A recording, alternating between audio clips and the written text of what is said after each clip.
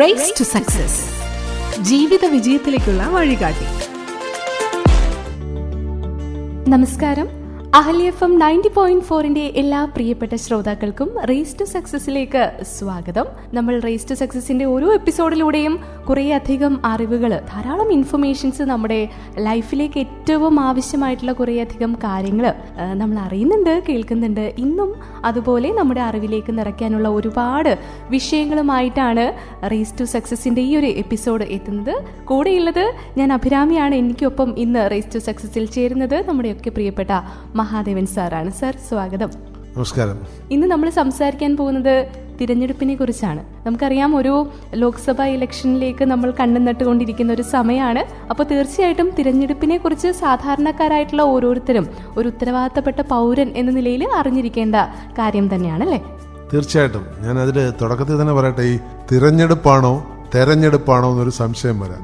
ഞാനിപ്പോ പറഞ്ഞത് തിരഞ്ഞെടുപ്പെന്നാണ്. ഞാനൊരു മലയാള പണ്ഡിതനുമായിട്ട് അതിനെക്കുറിച്ച് സംസാരിച്ചപ്പോൾ അദ്ദേഹം പറഞ്ഞത് തെരഞ്ഞെടുക്കുന്നതിന് തെരഞ്ഞെടുപ്പ് എന്ന് പറയണം. അപ്പൊ തിരഞ്ഞെടുപ്പല്ല, തെരഞ്ഞെടുപ്പാണ്. അപ്പൊ അത് പലയിടത്തും ഇപ്പൊ പത്രങ്ങളിലാണെങ്കിൽ പത്രങ്ങളിൽ പലയിടത്തും, തീർച്ചയായിട്ടും പത്രങ്ങളിൽ പലയിടത്തും തിരഞ്ഞെടുപ്പ് എന്ന് വരാറുണ്ട്. ഞാൻ വിദ്യാർത്ഥിയായിരിക്കുന്ന കാലത്ത് എനിക്ക് പരിചയമുള്ളൊരു മലയാളം കോളേജ് അധ്യാപകൻ, അദ്ദേഹം അറിയപ്പെടുന്ന എഴുത്തുകാരൻ കൂടിയാണ്. അദ്ദേഹത്തോട് ഞാൻ ഒരിക്കൽ ഒരു സംശയം എന്നുള്ള നിലയ്ക്ക് ചോദിച്ചപ്പോഴാണ് അദ്ദേഹം പറഞ്ഞത് തിരഞ്ഞെടുപ്പല്ല, തെരഞ്ഞെടുപ്പാണ്.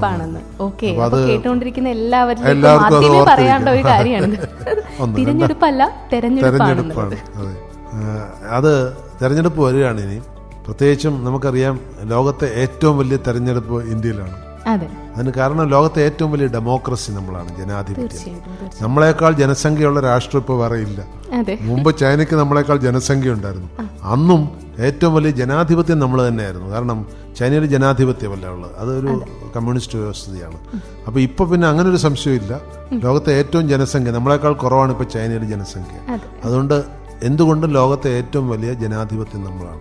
അതുകൊണ്ട് ഈ തെരഞ്ഞെടുപ്പ്, ഇന്ത്യയിലെ തെരഞ്ഞെടുപ്പ് എന്ന് പറയുന്ന ഒരു വലിയ യുദ്ധം പോലെയുള്ളൊരു സന്നാഹമാണ്. അതിന്റെ നിയമവശം തന്നെ നോക്കിയാൽ അറിയാം. ഇന്ത്യയിലെ ഡിഫൻസിന് ഓഡിറ്റ് ഇല്ലാത്ത ഒരു വകുപ്പാണ്. ഡിഫൻസിന് സ്പെൻഡ് ചെയ്യുന്നതിന് ഓഡിറ്റർക്ക് കൺട്രോളില്ല. കൺട്രോളർ ആൻഡ് ഓഡിറ്റർ ജനറലൊന്നും അതിന്റെ കണക്ക് പരിശോധിക്കുന്ന പതിവില്ല. അതൊരു പ്രത്യേക. അതുപോലെ തന്നെയാണ് ഇന്ത്യയിലെ തെരഞ്ഞെടുപ്പ് കണക്ക് പരിശോധിക്കാൻ ഓഡിറ്റില്ല. കാരണം തെരഞ്ഞെടുപ്പിന് ചിലപ്പം ഈ നിയമത്തിനൊക്കെ അതീതമായിട്ടുള്ള പല സ്പെൻഡിങ്ങും വരാം. അപ്പൊ അങ്ങനെയുള്ളൊരു സന്നാഹമാണ് ഇന്ത്യയിലെ. അതിന്റെ ഒരു വലിയ വശം നമുക്ക് ആർക്കും അറിയില്ലെങ്കിൽ പോലും പത്രങ്ങൾ വായിക്കുന്ന, മാധ്യമങ്ങളെ വീക്ഷിക്കുന്ന എല്ലാവർക്കും അറിയാം ഈ തിരഞ്ഞെടുപ്പിന് വരുന്ന തുകയെക്കുറിച്ചൊക്കെ, അല്ലേ? അപ്പൊ എന്തായാലും നമുക്ക് വളരെ വിശദമായിട്ട് നമ്മുടെ ഇന്ത്യ എന്ന മഹാരാജ്യത്തിരുന്നു കൊണ്ട് തന്നെ, ഏറ്റവും വലിയ ജനാധിപത്യ രാജ്യത്തിരുന്നു കൊണ്ട് തന്നെ നമുക്ക് തിരഞ്ഞെടുപ്പിനെ കുറിച്ച് സംസാരിക്കാം. ആദ്യമേ ചോദിക്കാനുള്ളത്, ഒരു ജനാധിപത്യത്തിൽ തിരഞ്ഞെടുപ്പിന്റെ പ്രാധാന്യം, ഇമ്പോർട്ടൻസ് എത്രത്തോളം ഉണ്ട് എന്നുള്ളതാണ്. ഈ ജനാധിപത്യത്തിന്റെ ആ ഒരു സങ്കല്പം തന്നെ, എനിക്കൊന്നു ഈ പൊളിറ്റിക്സ് എന്നുള്ള സങ്കല്പം തന്നെ ഉണ്ടായത് അരിസ്റ്റോട്ടിലാണ്. ഈ പൊളിറ്റിക്സ് എന്നുള്ള വാക്ക് തന്നെ ആദ്യം ഉപയോഗിക്കുന്നത്, രാഷ്ട്രീയം എന്നുള്ളത്. അരിസ്റ്റോട്ടിലെ എല്ലാവർക്കും അറിയാമായിരിക്കും. ഒരു പക്ഷേ വളരെ പ്രശസ്ത ചിന്തകനായിരുന്നു സോക്രട്ടീസ്. സോക്രട്ടീസിന്റെ ശിഷ്യനായിരുന്നു പ്ലേറ്റോയുടെ ശിഷ്യനായിരുന്നു അരിസ്റ്റോട്ടിൽ. അരിസ്റ്റോട്ടലിന്റെ ശിഷ്യനായിരുന്നു മഹാനായ അലക്സാണ്ടർ ചക്രവർത്തി. അപ്പൊ അരിസ്റ്റോട്ടിൽ, ഞങ്ങള് ശാസ്ത്ര അധ്യാപകർക്കൊക്കെ അരിസ്റ്റോട്ടിൽ ഒരു ശാസ്ത്രജ്ഞനാണ്, രാഷ്ട്രീയക്കാർക്ക് അരിസ്റ്റോട്ടിൽ ഒരു പൊളിറ്റീഷ്യനാണ്. അതുപോലെ ശാസ്ത്രജ്ഞന്മാർക്ക് ഒരുപാട് ശാസ്ത്രശാഖകളെ കുറിച്ച് ആധികാരികമായിട്ട് എഴുതിയിട്ടുള്ള ഒരു ലേഖകൻ കൂടിയാണ്. ആദ്യത്തെ ഡിഫൻസ് എഞ്ചിനീയറാണ് അരിസ്റ്റോട്ടിൽ. ആദ്യമായിട്ട് ഡിഫൻസിൽ എഞ്ചിനീയറിംഗ് ഉപയോഗിച്ചത് അരിസ്റ്റോട്ടിലാണ്. അദ്ദേഹം കാറ്റാപുൾട്ട്, വലിയ തെറ്റാലി കൊണ്ട് ദൂരെ നിന്ന് വരുന്ന കപ്പലുകളെ തകർക്കാനുള്ള തന്ത്രം ആവിഷ്കരിച്ച ആദ്യത്തെ ഡിഫൻസ് എഞ്ചിനീയർ എന്ന് പറയുന്നത്. അതവിടെ നിൽക്കട്ടെ. ഇപ്പൊ അദ്ദേഹത്തിന്റെ ഗുരുവായിരുന്നു പ്ലേറ്റോ ഒരു വളരെ പ്രശസ്തമായ പുസ്തകം എഴുതിയിട്ടുണ്ട്. അത് വായിച്ചു തീർക്കണേ കുറച്ച് ദിവസങ്ങളെടുക്കും. ദ റിപ്പബ്ലിക് എന്നാണ് ആ പുസ്തകത്തിന്. അത് ഇംഗ്ലീഷ് പരിഭാഷയാണ്. അതിന്റെ ശരിക്കുള്ള അദ്ദേഹത്തിന്റെ ഭാഷയിൽ കൊടുത്തിരുന്ന വാക്കെന്താന്ന് എനിക്കറിയില്ല. ദ റിപ്പബ്ലിക് എന്നാണ് അതിൽ ഇംഗ്ലീഷിന്റെ പരിഭാഷ. ഞാനത് ഇംഗ്ലീഷ് വേർഷനെ വായിച്ചിട്ടുള്ളൂ. കാരണം മലയാളത്തിൽ അതിന്റെ ഭാഷാന്തരം ഉണ്ടോ എന്ന് എനിക്കറിയില്ല. ഇംഗ്ലീഷിൽ ലഭ്യമാണ്, ലൈബ്രറികളുണ്ട്. അതിനകത്താണ് ഈ ഒരു രാഷ്ട്രഭരണം എങ്ങനെ വേണമെന്നുള്ളതിനെ കുറിച്ച് ആദ്യമായിട്ട് വളരെ വിശദമായിട്ട് ഡിസ്കസ് ചെയ്തിട്ടുള്ളത്. കാരണം അദ്ദേഹം ജീവിച്ചിരുന്നത് ഈ ചാണക്യന് മുൻപെയാണ്.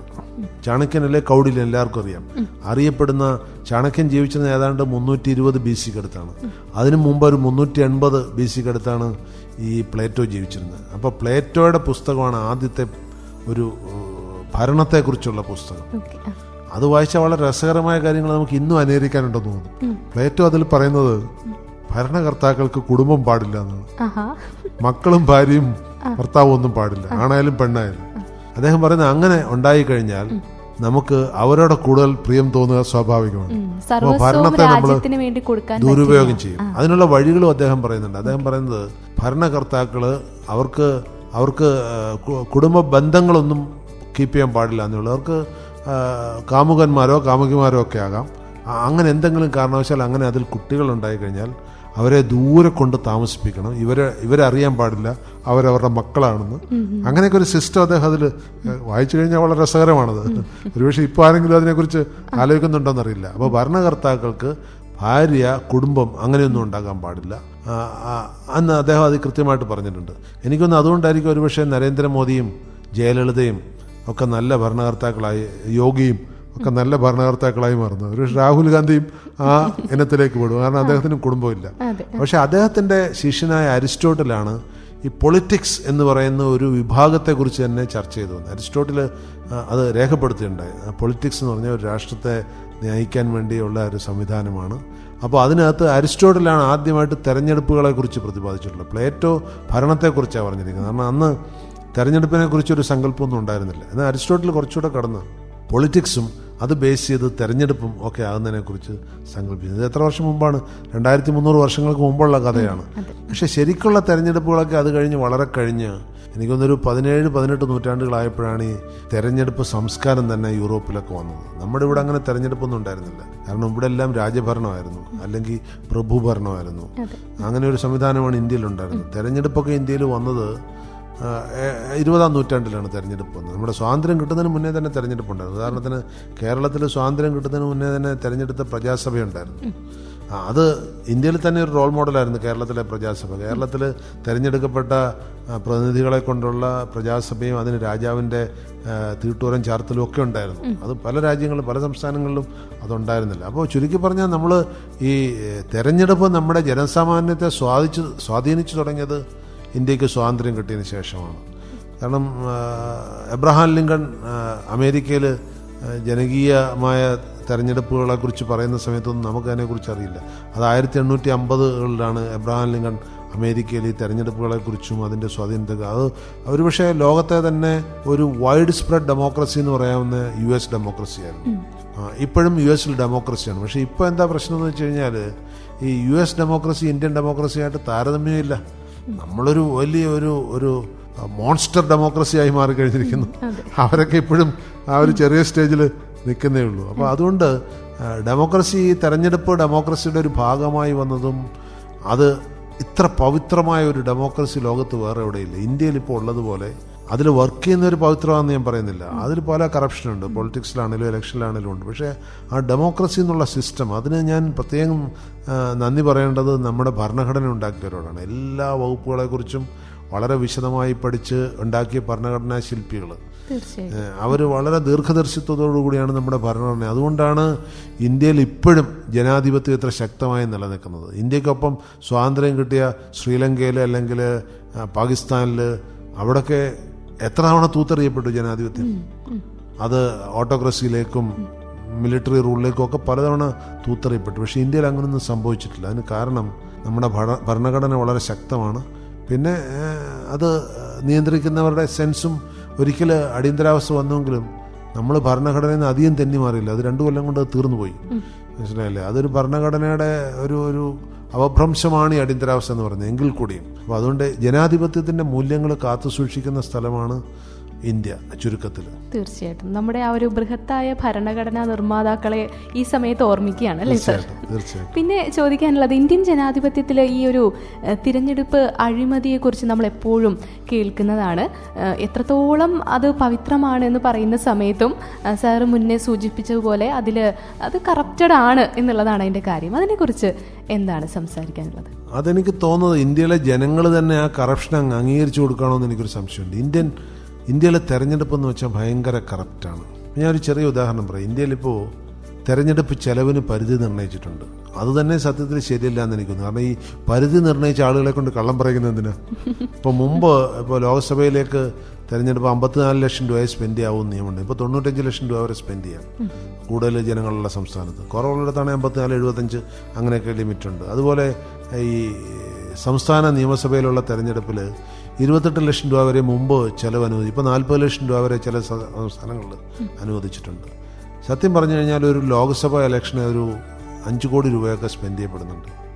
അതുപോലെ ഒരു സംസ്ഥാന നിയമസഭാ ഇലക്ഷനൊക്കെ ഒരു സ്ഥാനാർത്ഥിക്ക് ഏകദേശം 1-2 കോടി രൂപകളൊക്കെ ചിലവാക്കപ്പെടുന്നുണ്ട്. ഇത് സോഴ്സുകളൊന്നും സെയിം ആയിരിക്കില്ല. പാർട്ടികളിലും ഞാൻ പറയുന്നത് കൂടുതൽ ചിലവാക്കാൻ കഴിവുള്ള പാർട്ടികളെക്കുറിച്ചാണ്. ഇപ്പോൾ ഇന്ത്യയിൽ ഏറ്റവും കൂടുതൽ ചിലവാക്കാൻ കെൽപ്പുള്ളത് BJP ആണ്. ഇപ്പോൾ കേരളത്തിൽ നിന്ന് ഏറ്റവും കൂടുതൽ പണം ചിലവാക്കാൻ കെൽപ്പുള്ളത് CPM ആണ്.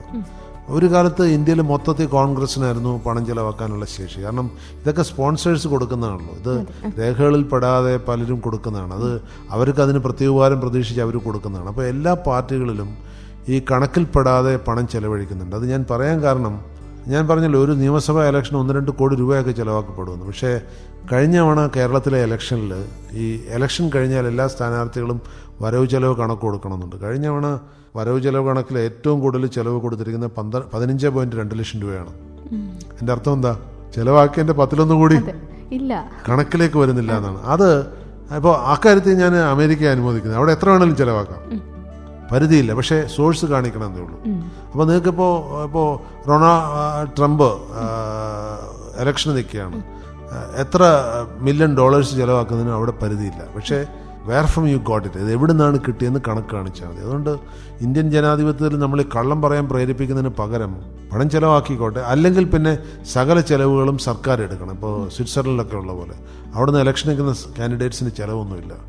എല്ലാ ചിലവുകളും സർക്കാരാണ്. പ്രചരണത്തിൻ്റെ ചിലവ് ഉൾപ്പെടെ സർക്കാർ എടുത്തോളും. അതിനൊക്കെ കൃത്യമായ കണക്കും നിയമങ്ങളും ഒക്കെ ഉണ്ട്. അങ്ങനെയുള്ള രാജ്യങ്ങളും ഉണ്ട്. അപ്പം അവിടെ സാമ്പത്തികം ചിലവാക്കാതെ തന്നെ ഇലക്ഷന് നിൽക്കാൻ പറ്റും. ഇപ്പോൾ കഴിഞ്ഞ നിയമസഭാ ഇലക്ഷന് ഒരു സ്ഥാനാർത്ഥിയാകാൻ സാധ്യതയുള്ള ഒരാൾ എന്നോട് പറയുന്നുണ്ടായിരുന്നു, സ്ഥാനാർത്ഥിയാകാൻ വേണേൽ പാർട്ടി അനുമതി തരും, പക്ഷേ എൻ്റെ കയ്യിൽ 1 കോടിയൊന്നും മുടക്കാനില്ല സാർ എന്ന് പറയുന്നുണ്ടായിരുന്നു. എന്താ അതിൻ്റെ അർത്ഥം?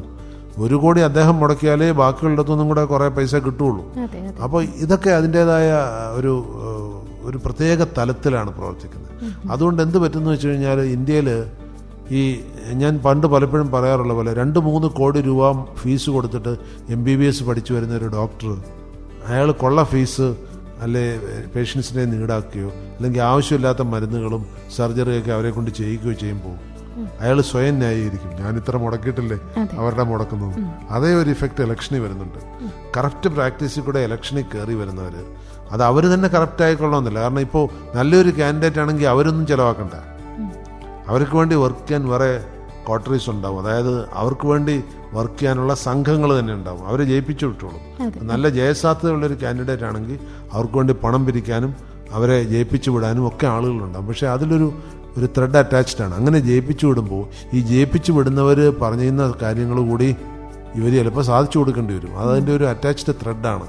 അപ്പോൾ അതിനുള്ള ഏക വഴി എന്ന് പറഞ്ഞു കഴിഞ്ഞാൽ അത് എന്ന് ഇന്ത്യയിൽ സംഭവിക്കുമെന്നറിയില്ല, ചിലവുകൾക്ക് നിയന്ത്രണം വെക്കാതെ പല വിദേശ രാജ്യങ്ങളും ഉള്ള പോലെ ആർക്കും ഏത് കാൻഡിഡേറ്റിനെ സ്പോൺസർ ചെയ്യാം. ഇപ്പോൾ അദാനിക്കൊരു കാൻഡിഡേറ്റിനെ സ്പോൺസർ ചെയ്യണം, അല്ലെ അഹല്യയ്ക്കൊരു കാൻഡിഡേറ്റിനെ സ്പോൺസർ ചെയ്യണം, ചെയ്യട്ടെ. എന്നിട്ട് അവരുടെ ചിലവുകൾ മുഴുവൻ വഹിക്കുക. എന്നിട്ട് അവർ ജയിച്ചു വരികയാണെങ്കിൽ സ്വാഭാവികമായിട്ട് സ്പോൺസേർഡ് കാൻഡിഡേറ്റ്സ് ആണ്. ഇപ്പോൾ എന്താണെന്ന് വെച്ചാൽ ഈ സ്പോൺസറിങ് നടക്കുന്നുണ്ട്, പക്ഷെ രഹസ്യമായിട്ടാണ്. അപ്പോൾ വീണ്ടും വീണ്ടും അഴിമതിയിലേക്ക്. മറ്റേത് അങ്ങനെയല്ല, ഇവർ ഇന്നാൾ സ്പോൺസർ ചെയ്ത കാൻഡിഡേറ്റ് ആണെന്ന് എല്ലാവർക്കും അറിയാം. അപ്പോൾ അവർക്ക് വേണ്ടി എന്തെങ്കിലും വഴിവിട്ട് ചെയ്യുന്നുണ്ടോയെന്ന് ആളുകൾ ശ്രദ്ധിച്ചോളും. ഇപ്പം അതില്ല. ഇപ്പോൾ ഒരു കാൻഡിഡേറ്റ് ജയിച്ചു വരുന്ന കാൻഡിഡേറ്റിനെ ആരാ സ്പോൺസർ ചെയ്തതെന്ന് ആർക്കെങ്കിലും അറിയുമോ?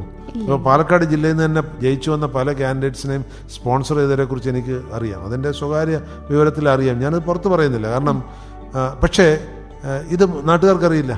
മറിച്ച് ഒരു സ്പോൺസേർഡ് കാൻഡിഡേറ്റായിട്ട് അവർ വരികയാണെങ്കിൽ നാട്ടുകാരെ ശ്രദ്ധിക്കുക, അവർക്ക് വേണ്ടി എന്തെങ്കിലും വഴിവിട്ട് ചെയ്തു കൊടുത്തു. അപ്പോൾ അങ്ങനെ ഉണ്ടെങ്കിൽ ഈ അഴിമതി ഒരളവ് വരെ കുറയ്ക്കാൻ കഴിയും. എന്ന് മാത്രമല്ല, ഒരാൾ എത്ര പണം മുടക്കിയാണ് വരുന്നതെന്ന് കൃത്യമായ കണക്കുണ്ടെങ്കിൽ ആ പണം ഏത് വഴിക്ക് ചിലവാക്കി എന്നറിയാം. ഇപ്പോൾ കേരളത്തിൽ കുറവാണ്, പക്ഷേ തമിഴ്നാട്ടിലും അങ്ങനെയുള്ള ചില സംസ്ഥാനങ്ങളിലൊക്കെ പണം തന്നെ വോട്ടർമാർക്ക് കൊടുക്കുന്നുണ്ട്, നേരിട്ട് പൈസ വോട്ടർമാർക്ക് കൊടുക്കുന്നുണ്ട്. കേരളത്തിലത് അപൂർവമായിട്ടുണ്ടാവും. പക്ഷെ പൊതുവെ മലയാളികൾ അങ്ങനെ പണം വാങ്ങിച്ച് വോട്ട്, മറ്റു പല സ്വാധീനങ്ങളും ഉണ്ടാവും. അല്ല പൈസ, ഇപ്പോൾ ഒരു വോട്ടിന് 500 രൂപ അല്ലെങ്കിൽ ഒരു വോട്ടിന് 1000 രൂപ എന്ന് പറഞ്ഞ് കണക്ക് പറഞ്ഞ് വാങ്ങിക്കുന്നവർ വളരെ അപൂർവമായിരിക്കും കേരളത്തിൽ, ഇല്ലാന്നൊന്നും ഞാൻ പറയുന്നില്ല. അപ്പോൾ ഈ കറപ്ഷൻ, ഈ പിള്ളയുടെ കൂടെ മറുപിള്ള എന്ന് പറയുന്ന പോലെ ഇത് ഇലക്ഷൻ്റെ കൂടെയുള്ള ഒരു മറുപിള്ളയാണ് ഈ കറക്ഷൻ. അത് സ്വാഭാവികമായിട്ട് വന്നു പോകുന്നത്. തീർച്ചയായിട്ടും. ഇനിയിപ്പോൾ നമ്മുടെ നേരത്തെ പറഞ്ഞ പോലെ തുടക്കത്തിൽ നമ്മൾ സൂചിപ്പിച്ച പോലെ ലോക്സഭാ തിരഞ്ഞെടുപ്പ് വരികയാണ്. അപ്പോൾ ഈ ഒരു സമയം നമ്മുടെ സമൂഹത്തിൽ എന്തെങ്കിലും മാറ്റങ്ങൾ ഉണ്ടാവാറുണ്ടോ? ഈ തിരഞ്ഞെടുപ്പ് കാലം നമ്മുടെ സൊസൈറ്റിയെ സ്വാധീനിക്കാറുണ്ടോ? തെരഞ്ഞെടുപ്പ് കാലത്ത് 2-3 കാര്യങ്ങളുണ്ട്. തെരഞ്ഞെടുപ്പ് ഡിക്ലെയർ ചെയ്യുന്നതിന് തൊട്ട് മുമ്പ് എല്ലാ ഗവൺമെൻറ്റുകളും, ഭരിച്ചുകൊണ്ടിരിക്കുന്ന ഗവൺമെൻറ്റുകളെല്ലാം വോട്ടർമാരെ പ്രീണിപ്പിക്കാൻ ശ്രമിക്കും. അപ്പോൾ അത് എന്താ ചെയ്യുന്നതെന്ന് വെച്ച് കഴിഞ്ഞാൽ അവരുടെ കയ്യിലുള്ള സാമ്പത്തിക സ്രോതസ് എല്ലാം ഉപയോഗിച്ചുകൊണ്ട് വോട്ടർമാർക്ക് ചില ബെനിഫിറ്റുകൾ കൊടുക്കാൻ. ഇപ്പോൾ പക്ഷേ പലപ്പോഴും ഇപ്പോൾ പറ്റാറില്ലാത്തതിന് കാരണം സർക്കാരിൻ്റെ പണമില്ലാത്തതുകൊണ്ടാണ്. ഇല്ലെങ്കിൽ ഒരുപാട് പ്രീണനങ്ങൾ അതിന് മുന്നേ ഉണ്ടാവും. പിന്നെ ഒരു ഗുണമെന്ന് പറഞ്ഞാൽ ഈ തെരഞ്ഞെടുപ്പ് കാലത്ത് ഒരുപാട് വാഗ്ദാനങ്ങൾ വരും. അതിൽ കുറേ ഇപ്പോൾ ഒരു 100 വാഗ്ദാനം പറഞ്ഞാൽ അതിൽ 5-10 ചെയ്യാൻ അവർ ബാധ്യസ്ഥരായി മാറും. പിന്നെ എനിക്ക് തോന്നിയിട്ടുള്ള ഒരേ ഒരു ഗുണം, നാടിനെ കുറിച്ച് രാഷ്ട്രീയ പാർട്ടികൾ ആലോചിക്കുന്നത് ആകെ തെരഞ്ഞെടുപ്പ് കാലത്താണ്. വികസന സാധ്യതകൾ എപ്പോഴാണ് ഈ വികസന സാധ്യതകളെ കുറിച്ച് ആലോചിക്കുന്നത്? ഇലക്ഷൻ വരുന്നതിന് തൊട്ട് മുന്നേ എന്തൊക്കെയാണ് ഈ പ്രചരണ പത്രികയിൽ കൊടുക്കേണ്ടതെന്ന് പറഞ്ഞ് നാടിൻ്റെ സാധ്യതകളെ കുറിച്ച് ആലോചിക്കും. ഏറ്റവും കുറഞ്ഞ പക്ഷെ അപ്പോഴെങ്കിലും ഇതൊന്നും ആലോചിക്കുന്നുണ്ടല്ലോ, അപ്പോഴെങ്കിലും ചിന്തിക്കുന്നുണ്ടല്ലോ. അത് വളരെ പോസിറ്റീവായിട്ടുള്ള ഒരു ട്രെൻഡാണ്. പിന്നെ രണ്ടാമത്, ഈ ഇലക്ഷൻ വരുന്ന സമയത്താണ് ഈ സ്ഥാനാർത്ഥികളും പൊതുപ്രവർത്തകരും ഒക്കെ നാട്ടുകാരിലേക്കൊന്ന് ഇറങ്ങിച്ചെല്ലുക. നാട്ടുകാരുടെ കാര്യങ്ങൾ അന്വേഷിക്കാൻ വളരെ കുറച്ച് പേര് എല്ലാ സമയത്തും ഇറങ്ങിച്ചെല്ലാറുണ്ട്. അപ്പോൾ നാട്ടുകാരിലേക്ക് പൊതുപ്രവർത്തകർ ഇറങ്ങിച്ചെല്ലുക, ഭരണകർത്താക്കൾ ഇറങ്ങിച്ചെല്ലുക, അത് ഈ സമയത്ത് സംഭവിക്കുന്ന ഒരു സത്കർമ്മമാണ്. അപ്പോൾ അതിനൊരു സമയം വേണമല്ലോ. അതുകൊണ്ട് ഇലക്ഷൻ എന്ന് പറഞ്ഞു കഴിഞ്ഞാൽ ഇപ്പോൾ നമ്മൾ ഈ അഴുക്ക് പിടിച്ച് കിടക്കുന്ന ഒരു മുറി മാസങ്ങൾക്ക് ശേഷം തൂത്തുവാരുന്ന ഒരു ഇഫക്റ്റ് ഉണ്ട്, ക്ലീൻ ആക്കുക. അതുപോലെ ഒരു ക്ലെൻസിങ് സിസ്റ്റമാണ് ഈ ഇലക്ഷൻ. ആ സമയത്ത് അറ്റ്ലീസ്റ്റ് ആ സമയത്തെങ്കിലും സമൂഹത്തിലുള്ള ചില ചെറിയ ചെറിയ പ്രശ്നങ്ങളൊക്കെ സോൾവ് ചെയ്യപ്പെടും. ആശ്വാസമില്ലാതെ ജീവിക്കുന്ന കുറേ പേരെ കണ്ട ആളുകൾ ആശ്വാസം എത്തിക്കാമെന്ന് വാഗ്ദാനം കൊടുക്കും. ചിലപ്പോൾ കുറച്ച് ആശ്വാസം കിട്ടിയെന്ന് വരും. അപ്പോൾ അങ്ങനെ നോക്കുമ്പോൾ ഒരു റിപ്ലനിഷിങ് സിറ്റുവേഷൻ, കാലാകാലമായിട്ട് അറ്റൻഡ് ചെയ്യപ്പെടാതിരുന്ന, മാർജിനലൈസ് ചെയ്യപ്പെടുന്ന ആളുകൾ മുഖ്യധാരയിലേക്ക് വരുന്ന ഒരു അപൂർവ അവസരം. കാരണം വോട്ടർ ഈസ് ദ കിങ് എന്ന് പറയുന്ന പോലെ വോട്ടർമാരെ അംഗീകരിക്കുന്ന ആ ഒരു ഘട്ടത്തിന് അതിൻ്റെതായ പ്രസക്തിയുണ്ട്.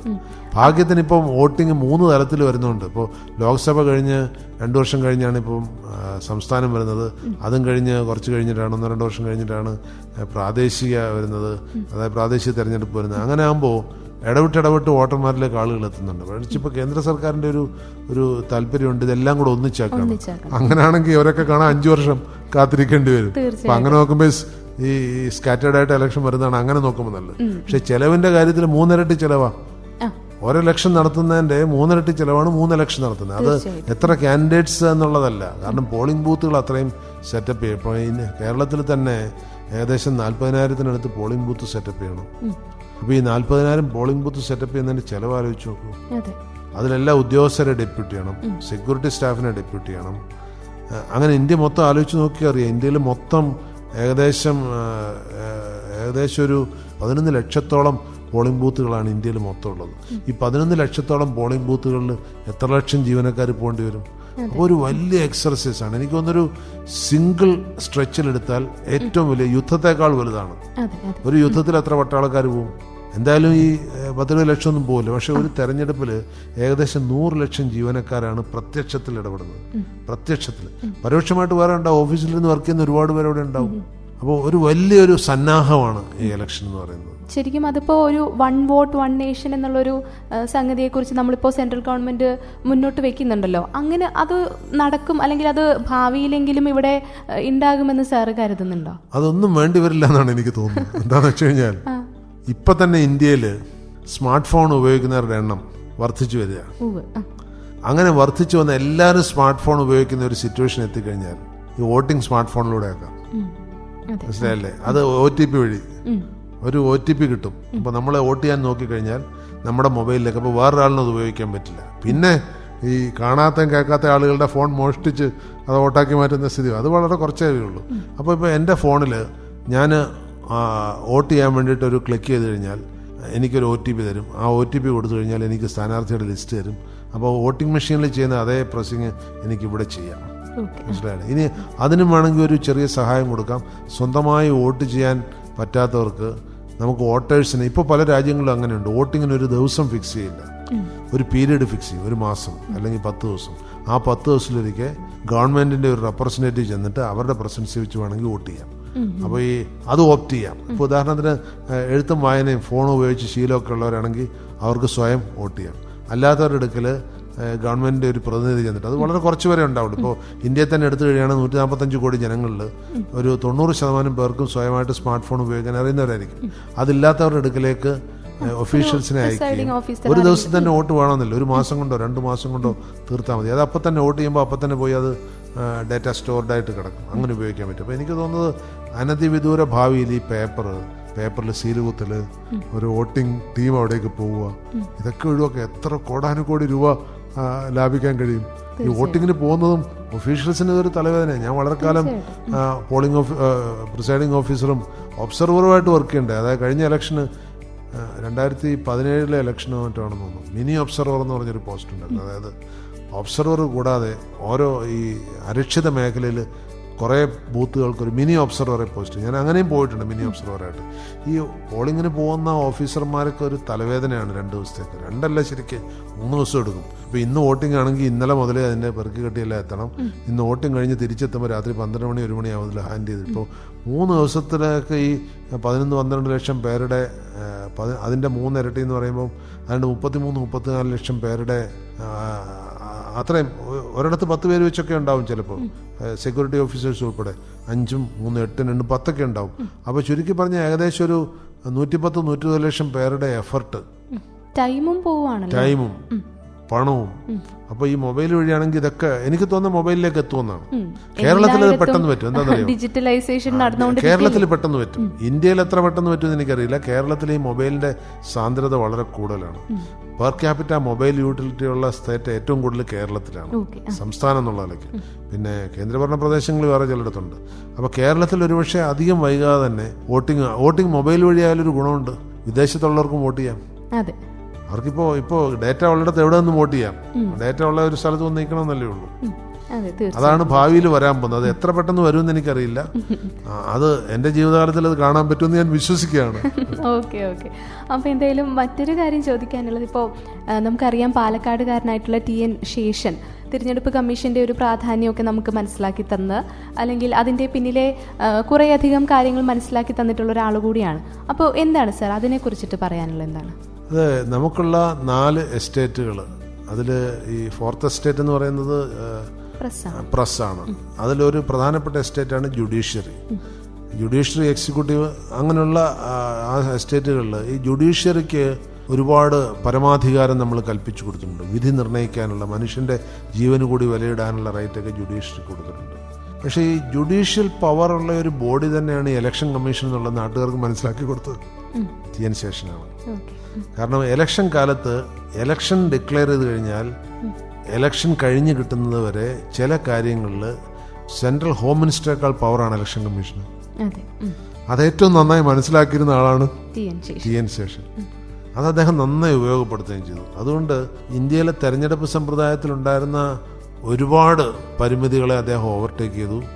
ഇലക്ഷൻ കമ്മീഷൻ്റെ റൈറ്റ് എന്താണെന്ന് ഇപ്പോൾ ആനയുടെ ബലം അറിയില്ല എന്ന് പറയും. അതുപോലെ ഹനുമാനെ ഇടയ്ക്കിടയ്ക്ക് ജാമ്പവാൻ പറഞ്ഞ് മനസ്സിലാക്കി കൊടുക്കണം ഹനുമാന്റെ കഴിവുകൾ എന്ന് പറയാറുണ്ട്. അതുപോലെ ഇലക്ഷൻ കമ്മീഷന്റെ കഴിവെന്താണെന്ന് ശരിക്ക് ഭാരതീയർക്ക് മനസ്സിലാക്കി കൊടുത്തത് TN ശേഷൻ ഇലക്ഷൻ കമ്മീഷൻ ആയിരിക്കുമ്പോൾ. അത് ഞാൻ ഇലക്ഷന് പ്രിസൈഡിംഗ് ഓഫീസറും ഒബ്സർവറൊക്കെ ആയിട്ട് വർക്ക് ചെയ്യുന്ന സമയത്ത് പലപ്പോഴും എനിക്ക് തോന്നാറുണ്ടായിരുന്നു. കാരണം സാധാരണഗതിയിൽ ഒരു പോലീസ് ഓഫീസർക്ക് നല്ല എക്സിക്യൂട്ടീവ് പവറുണ്ട്. പക്ഷേ ഒരു ഇലക്ഷൻ നടക്കുന്ന പോളിംഗ് ബൂത്തിൽ ആ പോലീസ് ഓഫീസറും should report to the presiding ഓഫീസറാണ്. പ്രിസൈഡിംഗ് ഓഫീസറുടെ ഒരു പൊട്ടൻഷ്യലാണ് ഏക് ദിൻകാൽ സുൽത്താൻ എന്ന് പറയുന്ന പോലെ, മനസ്സിലായല്ലേ? അപ്പോൾ അത് ഇലക്ഷനുള്ള ഒരു പ്രത്യേകതയാണ്. അപ്പോൾ അത് നന്നായിട്ട് മനസ്സിലായ ഒരു ഉദ്യോഗസ്ഥനായിരുന്നു TN ശേഷൻ. അദ്ദേഹം പാലക്കാട്ടുകാരനാണ്. പാലക്കാട്ട് വിക്ടോറിയ കോളേജിൽ പഠിച്ചിട്ടുള്ള ആളാണ്. അത് TN ശേഷൻ്റെ കാലത്താണ് ഞാനൊക്കെ ഇലക്ഷൻ കമ്മീഷൻ എന്താണെന്നും അതിൻ്റെ പ്രത്യേകതകൾ എന്താണെന്ന് ശരിക്കും മനസ്സിലാക്കുന്നത്. അക്കാര്യത്തിൽ ആ മലയാളിയോട് നമ്മൾ നന്ദി പറയണം. കാരണം അതിനുശേഷം വന്ന എല്ലാ കമ്മീഷണർമാർക്കും അത് അറിയാവുന്നതുകൊണ്ട്. അതുവരെ ഈ യെസ്മാൻമാരായിരുന്നു മിക്കവാറും. എല്ലാവരും SR പറയുന്ന ആളുകളായിരുന്നു. ആരും ഗവൺമെന്റിനോട് നേരിട്ട് നിന്ന് ഇത് ഇലക്ഷൻ കമ്മീഷർക്ക് ആ സമയങ്ങളിൽ ഇലക്ഷൻ ഡിക്ലെയർ ചെയ്ത് കഴിഞ്ഞാൽ ഗവൺമെന്റിനെ വരെ ശാസിക്കാനുള്ള അവകാശമുണ്ട്. അതെന്തായാലും നമുക്കിപ്പോൾ മനസ്സിലായി. അതെ, തീർച്ചയായിട്ടും അതിനൊരു പാലക്കാട്ടുകാരനാ കാരണമാകേണ്ടി വന്നു, നിദാനമായി വന്നു എന്നുള്ളത്. തീർച്ചയായിട്ടും. ഇപ്പോൾ ലോകത്ത് നമ്മൾ തുടക്കത്തിൽ പറഞ്ഞതുപോലെ ഏറ്റവും ഭംഗിയായിട്ട് തിരഞ്ഞെടുപ്പ് നടക്കുന്ന ഒരു രാജ്യമാണ്, ഏറ്റവും വലിയ ജനാധിപത്യ രാജ്യമായിട്ടുള്ള നമ്മുടെ രാജ്യം. അപ്പോൾ അതിനെക്കുറിച്ച് ആ ഒരു വോട്ടെടുപ്പിന്റെ രീതി, തിരഞ്ഞെടുപ്പിന്റെ ആ ഒരു ഭംഗി ഇന്ത്യയിലാണെന്ന് പറഞ്ഞതിനെക്കുറിച്ച് എന്താണ്? അതിനെന്താ കാരണം എന്ന് ചോദിച്ചപ്പോൾ യുണൈറ്റഡ് സ്റ്റേറ്റ്സ് ഈ ലോകത്തിലെ തന്നെ ഏറ്റവും പഴയ ഒരു ജനാധിപത്യ രാഷ്ട്രമാണ്. തെരഞ്ഞെടുപ്പ് കഴിഞ്ഞ് മാസങ്ങൾ കഴിഞ്ഞിട്ടും അവർക്ക് ഇലക്ഷൻ ഡിക്ലെയർ ചെയ്യാൻ പറ്റിയിട്ടില്ല, ഇലക്ഷൻ്റെ റിസൾട്ട് ഡിക്ലെയർ ചെയ്യാൻ പറ്റിയിട്ടില്ല. നമുക്ക് ഇന്ത്യയിലാണെങ്കിൽ തെരഞ്ഞെടുപ്പ് കഴിഞ്ഞാൽ കൃത്യമായിട്ട് പറയുന്ന ദിവസം ഇലക്ഷൻ റിസൾട്ട് ഡിക്ലെയർ ചെയ്യാൻ പറ്റുന്നു. അപ്പോൾ നമ്മുടെ സിസ്റ്റം അത്ര പെർഫെക്റ്റ് ആണ്. അത് നമ്മൾ പണ്ട് ബാലറ്റിൽ കുത്തുമ്പോഴും ഇപ്പോൾ EVM ഇലക്ട്രോണിക് വോട്ടിംഗ് മെഷീൻ കുത്തുമ്പോഴും രണ്ടും നമുക്ക് ഡിക്ലെയർ ചെയ്യാൻ പറ്റുന്നുണ്ട്. അപ്പോൾ ഇന്ത്യൻ സിസ്റ്റം ആ ഇലക്ഷന് വർക്ക് ചെയ്യുന്നത് അത് ഇന്ത്യക്കാരൻ്റെ ഒരു പ്രത്യേകതയാണെന്ന് തോന്നുന്നത്. Perfect system. പല രാജ്യങ്ങളിലും ഇലക്ഷനൊക്കെ ഭംഗിയായിട്ട് നടക്കും, പക്ഷേ അത് കഴിഞ്ഞ് ആരോപണം പ്രത്യാരോപണം വന്ന് അതിൻ്റെ കൗണ്ടിങ് നടക്കാറില്ല, അല്ലെങ്കിൽ അത് കൗണ്ടിങ് പ്രോപ്പർ ആകാറില്ല. മനസ്സിലായില്ലേ? നമുക്കങ്ങനെയല്ല. നമ്മുടെ രാജ്യത്ത് ഇതുവരെ അങ്ങനൊരു ഇഷ്യൂ ഉണ്ടായിട്ടില്ല. ഇപ്പോൾ അമേരിക്കയിൽ പ്രസിഡന്റ് തെരഞ്ഞെടുപ്പ് കഴിഞ്ഞിട്ട് ആരാണ് പ്രസിഡന്റ് എന്ന് തീരുമാനിക്കാൻ തന്നെ ദിവസങ്ങൾ വേണ്ടി വന്നു. സ്ഥാനാർത്ഥി ആരാണെന്ന് തീരുമാനിക്കാൻ കഴിയുന്നില്ല. അപ്പോൾ പല ഡെമോക്രസിയിലും അങ്ങനെയുള്ള പ്രശ്നങ്ങളുണ്ട്. നമ്മുടെ സിസ്റ്റം ഫുൾ പ്രൂഫാണ്. ഒന്ന് ആലോചിച്ച് നോക്കൂ, നമ്മൾ 120 കോടി ജനങ്ങളുള്ള സമയത്ത് EVM ഒന്നും വന്നിട്ടില്ല. അന്ന് 120 കോടി ജനങ്ങളുടെ 10-25 കാൻഡിഡേറ്റ്സ് ഒക്കെ പലയിടത്തും ഉണ്ടാവും. അപ്പോൾ എത്ര വരും? ഏകദേശം 500 കോടിയൊക്കെ വരുന്ന കാൻഡിഡേറ്റ്സ്. അത്രയും കാൻഡിഡേറ്റ്സ് അല്ല, അത്രയും വോട്ട്, ആ വേരിയബിലിറ്റി ഉള്ള വോട്ട് തന്നെ നമ്മൾ ഒരു ദിവസം കൊണ്ട് കൗണ്ട് ചെയ്ത് ലോകത്തിന് റിസൾട്ട് കൊടുത്തിരുന്നതാണ്. അപ്പം നമ്മുടെ സിസ്റ്റം ഫുൾ പ്രൂഫായിട്ട് വർക്ക് ചെയ്യുന്നുണ്ടായിരുന്നു. അപ്പം അതുകൊണ്ടാണ് ഏറ്റവും നല്ല ഒരു ഇലക്ഷൻ സിസ്റ്റം നിലനിൽക്കുന്ന രാജ്യമാണ്. ഈ ഇലക്ട്രോണിക് വോട്ടിംഗ് മെഷീനെ കുറിച്ച് ചില പരാതികളൊക്കെ ഇടയ്ക്ക് വരുന്നുണ്ട്. അതിൽ ചിലത് ശരിയാകാം, എനിക്കൊന്ന് ചിലതൊക്കെ ബൂസ്റ്റഡ് അപ്പാണ്. കാരണം ഞാൻ ഇലക്ട്രോണിക് വോട്ടിംഗ് മെഷീൻ വന്നതിന് ശേഷം പലതവണ വോട്ടിങ്ങിൻ്റെ ചുമതലയുള്ള ഉദ്യോഗസ്ഥനായിട്ട് വർക്ക് ചെയ്തിട്ടുണ്ട്. ചിലപ്പോൾ ചില മെഷീനുകളൊക്കെ കേടാവും, പക്ഷേ അതൊക്കെ ഇപ്പോൾ ഒരു 1000 മെഷീൻ ഇടയ്ക്ക് 2 മെഷീൻ കേടാകുമ്പോഴേ തന്നെ നമ്മളതിനെ അങ്ങ് ഊതി വീർപ്പിക്കുകയാണ്. അതൊക്കെ സ്വാഭാവികമാണ്. ഇപ്പോൾ 1% ഫെയിലർ നമ്മൾ എവിടെയും കൊടുക്കണേ. 100 മെഷീനിൽ ഒരെണ്ണം കേടാവും തന്നെ പ്രതീക്ഷിക്കണം. അതിന് ചെയ്യേണ്ടതെന്ന് വെച്ചാൽ പലപ്പോഴും റിസർവ് വോട്ടിംഗ് മെഷീൻ ഇല്ലാതെ, അതാണൊരു തെറ്റ്. അപ്പോൾ എനിക്ക് തന്നെ ഇലക്ഷൻ്റെ ചുമതലയുള്ള സമയത്ത് പലപ്പോഴും തോന്നിയിട്ടുണ്ട്, ഒരു വോട്ടിംഗ് മെഷീൻ കേടായി കഴിഞ്ഞാൽ ഉടൻ എത്തിക്കാൻ സഫീഷ്യൻറ്റ് വോട്ടിംഗ് മെഷീൻ വേണം. അപ്പോൾ എപ്പോഴും നമ്മൾ സ്പെയർ കീപ്പ് ചെയ്ത പ്രശ്നം ഒഴിവാകും. അത് ഈ ഇഷ്യൂ സെൻറ്ററിൽ തന്നെ. ഇപ്പോൾ പാലക്കാടാണെങ്കിൽ പ്രധാനമായിട്ട് വരുന്ന പാലക്കാട് വിക്ടോറിയ കോളേജിലൊരു കേന്ദ്രം ഉണ്ടാവും, ഒറ്റപ്പാലത്ത് പാലപ്പുറത്തൊരു കേന്ദ്രം ഉണ്ടാവും. ഇവിടെ രണ്ടിടത്തുനിന്നായിരിക്കും മിക്കവാറും ഈ മെഷീൻസ് ഇഷ്യൂ ചെയ്യുന്നത്. ഈ മെഷീൻസ് ഇഷ്യൂ ചെയ്യുന്നിടത്ത് തന്നെ ചെക്ക് ചെയ്ത് കൊണ്ടുപോകുന്ന പ്രിസൈഡിംഗ് ഓഫീസറും പോളിംഗ് ഓഫീസേഴ്സും കൂടെ ചെക്ക് ചെയ്ത് കേടാണെന്ന് പറയുകയാണെങ്കിൽ അപ്പം തന്നെ ഒരു സബ്സ്റ്റിറ്റ്യൂട്ട് മെഷീൻ കൊടുത്താൽ തീരാവുന്ന പ്രശ്നമേ ഉള്ളൂ. പിന്നെ അത് റിപ്പയർ ചെയ്യാനും അതിൻ്റെ പുറകിന് പോകാനും പറ്റില്ല. പക്ഷേ ഇപ്പോൾ കുറച്ച് ബെറ്റർ ആയിട്ടുണ്ട്. അടുത്ത കാലത്ത് ഇലക്ഷനൊക്കെ ഈ സ്പെയർ മെഷീൻസൊക്കെ ധാരാളമുണ്ട്. മുമ്പൊക്കെ അതൊരു തലവേദനയായിരുന്നു. ഒരു മെഷീൻ കേടായെന്ന് വന്നു കഴിഞ്ഞാൽ പകരം മെഷീൻ സഫീഷ്യൻ്റ് ഉണ്ടാവില്ല. ഒരു മെഷീനൊന്നും അല്ലല്ലോ കേടാകുന്നത്, കൂടുതലെണ്ണം കേടാകാം. ഇപ്പം നമ്മൾ പരിഹരിച്ചു വരുന്നുണ്ട്, ഇമ്പ്രൂവ് ചെയ്യുന്നുണ്ട്. എന്തായാലും ഭാവിയിൽ ഇതൊന്നും വേണ്ടി വരില്ല എന്ന് തന്നെ ഞാൻ പ്രതീക്ഷിക്കുകയാണ്. എന്റെ മൊബൈലിൽ എനിക്ക് വോട്ട് ചെയ്യാൻ പറ്റണമെന്നൊരു ആഗ്രഹമുണ്ട്.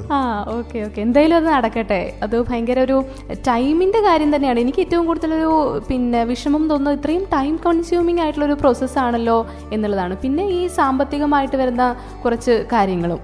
അപ്പോൾ എന്തായാലും ഡിജിറ്റലൈസേഷൻ അവിടെയും വരട്ടെ അല്ലേ. വോട്ടറാണ് ഇപ്പോൾ സാർ നേരത്തെ പറഞ്ഞ പോലെ വോട്ടർ ഇസ് ദി കിങ് എന്ന് പറഞ്ഞു. പിന്നെ കസ്റ്റമർ ഇസ് ദി കിങ് എന്നൊക്കെ പറയുന്നത് പോലെ അയാൾ ശരിക്കും പറഞ്ഞാൽ ആ സമയത്ത് ഒരു ഏറ്റവും കൂടുതൽ വാല്യുബിൾ ആയിട്ടുള്ളൊരു പൊസിഷൻ നിൽക്കുന്ന കാൻഡിഡേറ്റ്സിനേക്കാളുള്ളത് വോട്ട് ചെയ്ത് വിജയിപ്പിക്കുന്ന ആൾക്ക് തന്നെയാണ്. അപ്പോൾ നമ്മുടെ ആ ഒരു രാജ്യത്തെ ഏറ്റവും പ്രധാനപ്പെട്ട വ്യക്തിയിലേക്ക് എല്ലാവരും ഉറ്റുനോക്കുന്ന ഒരു ദിവസം കൂടിയാണല്ലോ തിരഞ്ഞെടുപ്പ് ദിവസം എന്നുള്ളത്. ശരിക്കും വോട്ടേഴ്സിനെ കുറിച്ച് ഈ ഒരു തിരഞ്ഞെടുപ്പ് സമയത്ത് വോട്ടേഴ്സിൻ്റെ ആ ഒരു പൊസിഷനെ കുറിച്ച് സാറിന് എന്താ പറയാനുള്ളത്? ഇന്ത്യയിലെ വോട്ടർമാരിൽ ഈ രാഷ്ട്രീയത്തിൽ പ്രവർത്തിക്കുന്നവരൊഴിച്ച് ബാക്കി എല്ലാവർക്കും പൊതുവെ ഒരു നിസ്സംഗഭാവമാണ് കാണാറ്. ആര് ജയിച്ചാൽ എന്താന്നുള്ള മട്ടാണ്.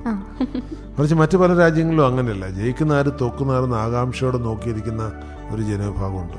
ഇന്ത്യയിലെ കേരളീയരൊഴിച്ച് ബാക്കിയുള്ളിടത്തൊന്നും അത്ര ഒരു ആകാംക്ഷയൊന്നും ഞാൻ കാണാറില്ല. രാഷ്ട്രീയത്തിൽ ഇറങ്ങുന്നവർക്കുണ്ട്, വലിയ ആകാംക്ഷയുണ്ട്. കാരണം അതവരുടെ നിലനിൽപ്പിൻ്റെ പ്രശ്നം കൂടിയാണ്. ഓരോ പാർട്ടികളിൽ പ്രവർത്തിക്കുന്നവർക്ക് അവരുടെ പാർട്ടി അധികാരത്തിൽ വരുമോ ഇല്ലയോ, കാരണം അധികാരം വന്നു കഴിഞ്ഞാൽ മാത്രമേ അതിൻ്റെ അപകർഷണങ്ങൾ രുചിക്കാൻ പറ്റുള്ളൂ. അതുകൊണ്ട് അത് നോക്കിയിരിക്കുന്നവരുണ്ട്. മറിച്ച് മലയാളികൾക്ക് പൊതുവേ ഈ ഇലക്ഷന് ഭയങ്കര ഒരു ഇൻട്രസ്റ്റാണ്. അവർക്കത് വീട്ടിലെ TV മുറിയിലിരുന്ന് ചർച്ച ചെയ്യാനാണ് താല്പര്യം, അല്ലാതെ പൊതു രംഗത്ത് ഇറങ്ങി ചർച്ച ചെയ്യാനല്ല. പിന്നെ ഈ വോട്ടർ ഈസ് എ കിങ് എന്നൊക്കെ നമ്മൾ പറയുന്നെങ്കിലും ഈ ഏക് ദിൻകാൽ സുൽത്താൻ എന്ന് പറഞ്ഞ പോലെ വോട്ട് ചെയ്ത് കഴിഞ്ഞാൽ പിന്നെ അവനെ ആർക്കും വേണ്ട. എനിക്ക് രസകരമായി തോന്നിയിട്ടുള്ള ചില പോളിംഗ് ബൂത്തുകളിലൊക്കെ ഈ നടക്കാൻ വയ്യാത്തവരെയൊക്കെ കൊണ്ട് വോട്ട് ചെയ്യാൻ കൊണ്ടുവരും. വോട്ട് ചെയ്യിക്കുന്നവരെയൊക്കെ അവരുടെ പുറകിന് വലിയ ജനക്കൂട്ടമാണ്. വോട്ട് ചെയ്ത് കഴിഞ്ഞാൽ പിന്നെ അവരെ വഴി വിട്ടു പോയാലും ആരും ചോദിക്കില്ല എന്നുള്ള മട്ടിലാണ് പലരും ചെയ്യാറ്. അപ്പൊ അതുകൊണ്ട് തിരിച്ചു കൊണ്ടാക്കാനുള്ള സാമാന്യ മര്യാദ കാണിക്കേണ്ടിയിരിക്കുന്നു. അതൊന്ന്.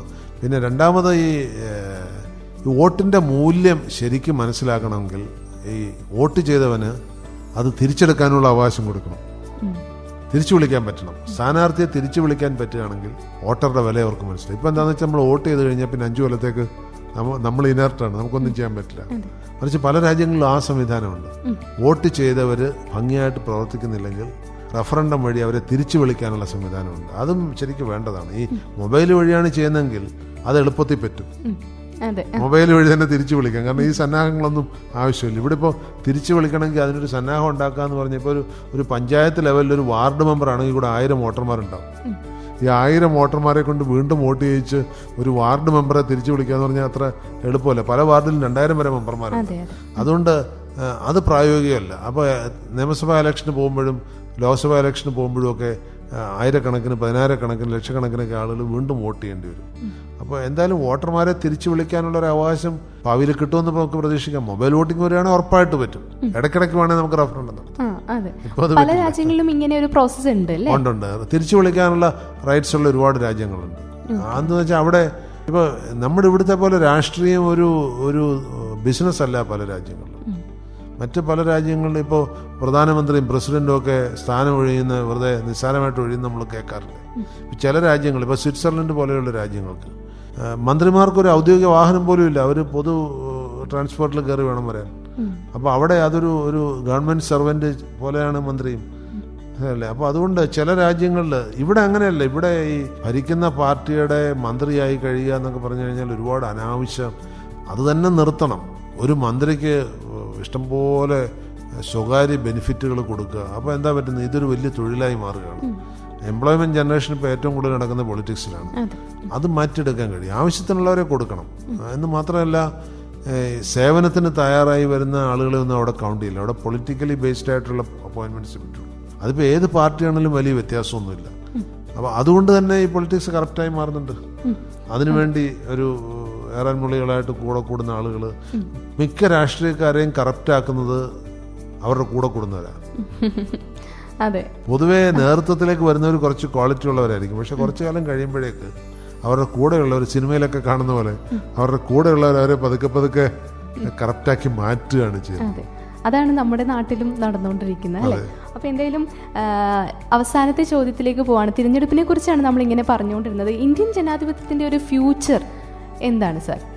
എനിക്ക് ഇന്ത്യൻ ജനാധിപത്യത്തെ കുറിച്ച് വളരെ ഒരു നല്ല ഭാവിയാണ് ഞാൻ പ്രതീക്ഷിക്കുന്നത്. കാരണം ഒന്നാമത് 1947 മുതൽ ഇതുവരെ 76 കൊല്ലം ഇത് നിലനിന്നു. ഇത്രയും കൊല്ലം നിലനിന്നു എന്ന് പറഞ്ഞു കഴിഞ്ഞാൽ അത് നല്ല സിസ്റ്റമാണെന്നാണ്. ആ സിസ്റ്റം നല്ലതല്ലായിരുന്നെങ്കിൽ പാകിസ്ഥാനെ പോലെയോ അല്ലെങ്കിൽ ശ്രീലങ്ക പോലെയൊക്കെ നമ്മൾ മുമ്പ് തന്നെ തകർന്നു പോകുമായിരുന്നു. അതുണ്ടായില്ല. അതുകൊണ്ട് ഈ തുടക്കം നല്ലതാണെങ്കിൽ ഒടുക്കവും നല്ലതാവും എന്ന് പറഞ്ഞ പോലെ നല്ലൊരു തുടക്കമാണെന്ന്. ഇൻഡിവിജ്വലായിട്ടുള്ള പല സമ്പ്രദായങ്ങൾ, ഇപ്പോൾ ഇലക്ഷൻ കമ്മീഷൻ്റെ കാര്യം പറഞ്ഞു, പത്രമാധ്യമങ്ങളുടെ കാര്യം പറഞ്ഞു, അതുപോലെ ജുഡീഷ്യറിയുടെ കാര്യം പറഞ്ഞു. ഇവരൊക്കെ സ്വതന്ത്രമായിട്ട് പ്രവർത്തിക്കാൻ നമ്മുടെ നാട്ടിൽ പറ്റുന്നുണ്ട്. അപ്പോൾ അത് നിലനിൽക്കുന്നിടത്തോളം കാലം, നമ്മുടെ വിവിധ എസ്റ്റേറ്റുകൾക്ക് സ്വതന്ത്രമായിട്ട് വർക്ക് ചെയ്യാൻ പറ്റുന്നിടത്തോളം കാലം ഇന്ത്യൻ ജനാധിപത്യത്തിന് ഭാവിയുണ്ട്. പിന്നെ നമ്മുടെ ഇലക്ഷൻ സിസ്റ്റം മോശമല്ലാത്ത ഒരു തെരഞ്ഞെടുപ്പ് സിസ്റ്റമാണ്. നമ്മുടെ ഇലക്ഷനെ ഇതുവരെ പൂർണ്ണമായിട്ട് അട്ടിമറിക്കാൻ ഒരു സർക്കാരുകൾക്കും കഴിഞ്ഞിട്ടില്ല. അപ്പോൾ അതുകൊണ്ട് നിലനിൽക്കും. മാത്രമല്ല നമ്മുടെ ഫെഡറൽ സിസ്റ്റം, ഇപ്പോൾ കേന്ദ്രത്തിൽ ഒരാൾ അധികാരത്തിൽ വന്നാലും നമ്മുടെ 28 സംസ്ഥാനങ്ങൾ, നേരത്തെ 29 സംസ്ഥാനം ഉണ്ടായിരുന്നു, ഇപ്പം ജമ്മു കാശ്മീർ ഇല്ലാതെ 28 ഉള്ളൂ. ഈ 28 സംസ്ഥാനങ്ങളിലും അവരധികാരത്തിൽ വന്നുകൊള്ളുന്നില്ല. അപ്പോൾ കേന്ദ്രത്തിൽ മാത്രം ഒരാൾ അധികാരത്തിൽ വന്ന് അവരനാവശ്യമായ അധികാരങ്ങൾ പ്രയോഗിക്കുകയാണെങ്കിൽ 28 സംസ്ഥാനങ്ങളും അവരുടെ നിന്ന് പോകും. അതുകൊണ്ട് എല്ലാവരും അക്കാര്യത്തിൽ കെയർഫുള്ളാണ്. അതുകൊണ്ട് നമ്മുടെ ജനാധിപത്യം നമ്മുടെ ഒരു ഗോൾഡൻ ഡെമോക്രസി എന്നാണ് പൊതുവെ പറയാറ്. ഇത് ഗോൾഡൻ അല്ലെങ്കിൽ അതിനേക്കാൾ മെച്ചപ്പെട്ട പ്ലാറ്റിനം ഡെമോക്രസി ആയിട്ട് നിലനിൽക്കും എന്ന് തന്നെ നമുക്ക് പ്രതീക്ഷിക്കാം. തീർച്ചയായിട്ടും പ്ലാറ്റിനം ആൻഡ് പവർഫുൾ എന്ന് കൂടെ ചേർക്കാം. അപ്പോൾ എന്തായാലും ഇന്ന് റേസ് ടു സക്സസിൻ്റെ ഈ ഒരു എപ്പിസോഡിലൂടെ നമ്മൾ തിരഞ്ഞെടുപ്പുമായിട്ട് ബന്ധപ്പെട്ട് ഒരുപാട് അറിവുകളാണ് ഷെയർ ചെയ്തത്. നമ്മളോടൊപ്പം ഈ വിഷയത്തെക്കുറിച്ച് സംസാരിച്ചുകൊണ്ട് ഇത്രയും നേരം കൂടെ ചേർന്നത് പ്രിയപ്പെട്ട മഹാദേവൻ സാറാണ്. സാറിനോടുള്ള സ്നേഹവും നന്ദിയും ഈ സമയത്ത് അറിയിക്കുന്നു. നമുക്ക് മറ്റൊരു അവസരത്തിൽ മറ്റൊരു വിഷയവുമായിട്ട് എത്താം. Thank you so much sir. നന്ദി.